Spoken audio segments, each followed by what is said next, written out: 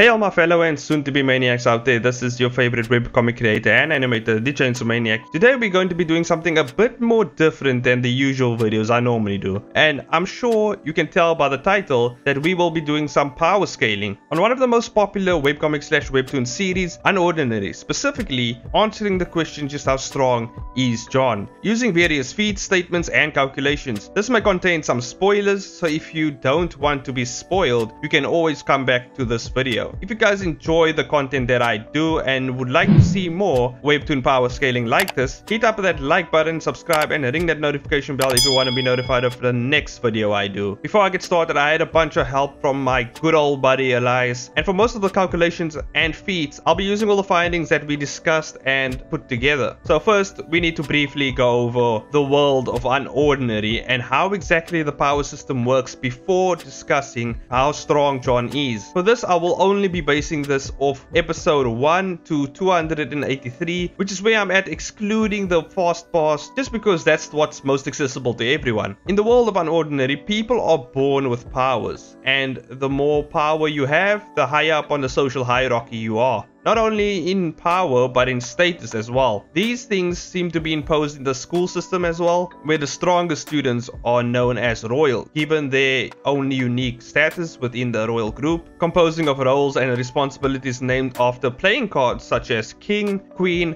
ace, jack, etc. The social hierarchy is also further divided by tiers consisting of low tier, mid tier, high tier, elite tier, and god tier, which is divided based on the varying levels of power between those with powers. There are also those without powers, which are known as cripples, which John posed as for quite some time after he lost his shit. Now, when discussing exactly how strong John is, I'll be analyzing the various different forms in which we see him in the series, which will mainly consist as his time as the Joker, when he fights Serafina, and one other time when he fights a rivaling school, as I believe this is the strongest points in which we see him in the series. So first, we're going to start off with John just with absolutely no power activation at all. John by himself without copying any abilities from what I've looked at. So far, he's literally just peak teenage boy, or maybe just a bit more stronger than that, which is shown by the power gauges scattered throughout the series. So John on his base level, with his ability activated without any abilities copied,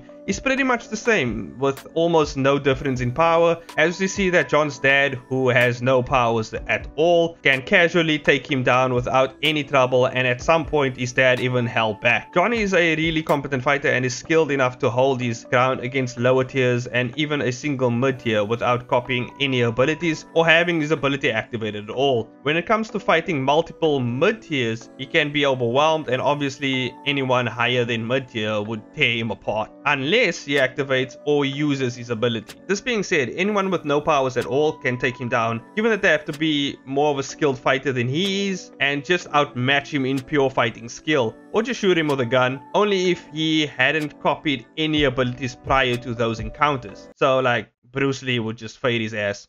So before I discuss what I believe is when John is at his strongest points in the series, I want to actually discuss how John's powers works, because I've seen some people having this misconception that he can copy any ability he comes across. Usually this is being said during a versus battle discussion between two separate fictional universes. I've seen people putting John up against not only Deku for My Hero Academia, but Todoroki as well as Bakugo, and not just one of them but all three of them, which is just brutally a mismatch against John. Because if you actually know how John's powers work, we will definitely get one-shotted by any one of them, like with no difficulty at all. So let me get into it. John's ability is known as auto manipulation. Manipulates the user's ability to mimic that of the ability they are copying. The user will have to witness the activation of the ability to copy it. The ability that was copied can also be amplified. Now, for some reason, people came up with a multiplier of 1.5.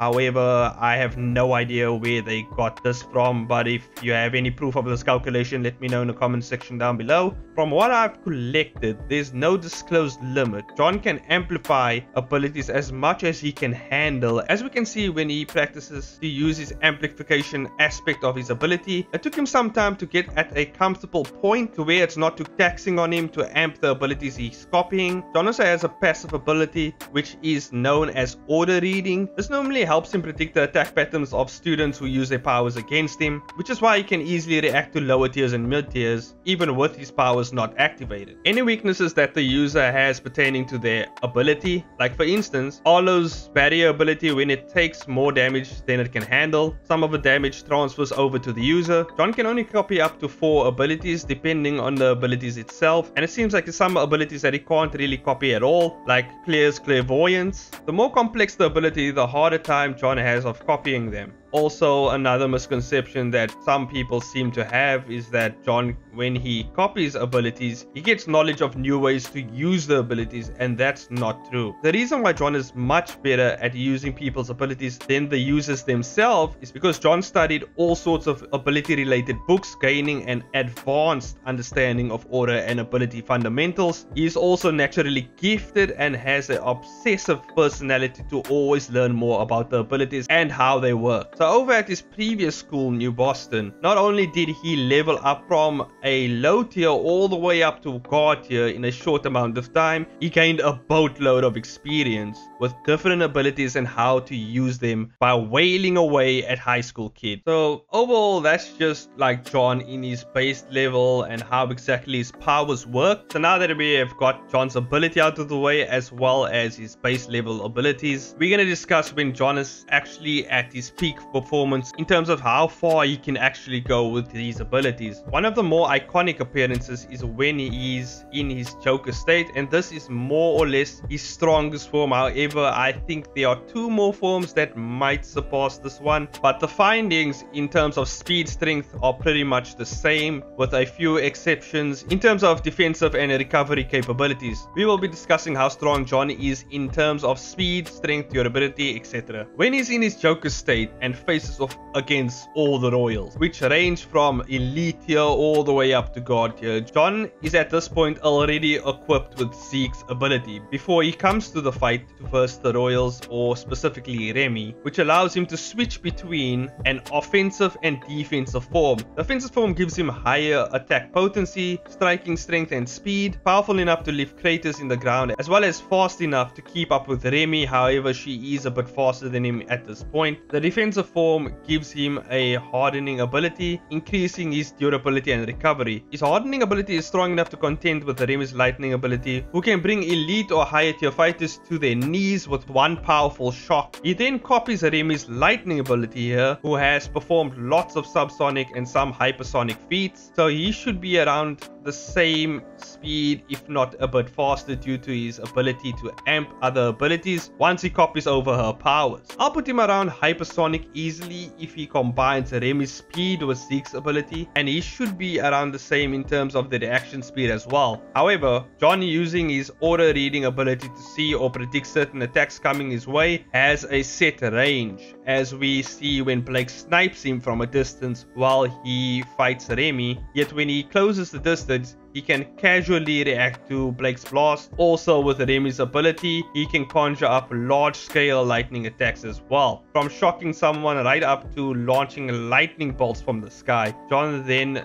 gathers Blake's and Ishin's abilities, granting him access to energy beams that can not only leave large craters in the ground, but at full charge is enough to level the entire school building, as stated by Blake in one of the episodes. However, with John's amp, it should be enough to actually destroy much bigger buildings as well, coupled with Ishin's strength, who is strong enough to stop a speeding semi-truck heading his way. Amped with John's ability as well, as he has Ishin's hunter ability, which allows him to have a tracking ability which hone into the target's weak points, which also give him X-ray vision and telescopic vision. Another form to mention is when John is fighting Serafina. Here he has a combination of Zeke, Cecile, Remy, and Arlo's abilities. In terms of power and speed, John would be more or less the same as the Joker form we discussed before. The only thing that I think sets him apart from the previous form I mentioned in terms of his Joker state is Arlo's ability, granting him much higher defensive abilities. Arlo's barrier, which is able to withstand a full charge attack from John using Blake's ability, which is able to lever entire school buildings as discussed before. With this ability amped by John, should be enough to withstand building level attacks, not to mention the barrier also reflects some damage back on the attacker. The last form that I would like to mention is the Black Armored state, which has a good amount of defense, recovery, as well as healing ability. Power is still just as amped as the other states I mentioned due to him having Blake's ability here as well. So overall, John is only as strong as the abilities he copies without copying any abilities his peak athlete level with a decent amount of fighting skill. With the abilities he copies, he can amp them to become much more stronger. However, there is a limit to how much he can amp, which is dependent on how much his body can handle. So far in terms of attack power, John has shown consistently that he can ramp his powers all the way up to small building plus levels of power, and also have subsonic all the way up to hypersonic in terms of reaction and travel speed, recovery abilities which fully heal him in a matter of seconds, and at most building level defensive capabilities in terms of how much damage he can handle. These all fluctuate depending on the types of abilities John copies as well as how much abilities John copies. So this was a really interesting video to make. I literally had to read and sit through all of Unordinary. So hopefully you guys appreciate that. This video took me quite some time to put together. As always, I'm always open to discussion. So if you guys want to discuss how exactly far you would put John or in terms of his power scaling, let me know in the comment section down below on what are your thoughts. And obviously if this video gets enough love, I might make another video maybe discussing how strong Seraphina is, because she's a bit of an interesting character herself, as well as various other characters in the series. But I think more so Seraphina, she's more of an interesting character because she has like time manipulation abilities. So yeah, it will be interesting to see where I would actually put her in the series itself. And to reiterate, these findings only come from episode 1 to 283. So if you have read like way past this and you're like, no, John is now an omnipotent being that fucking takes over all of Webtoon, like I wouldn't know, because I obviously haven't read that far. So these are only from these findings. Obviously do not spoil shit in the comment section down below as far as they have been spoiled in this video, because I know some people will probably hate that. So I would appreciate it if you like it up, you know, subscribe, ring the notification bell, and if you ever want to see more Webtoon power scaling content in the future. And I'll see you guys in the next video. Bye bye now.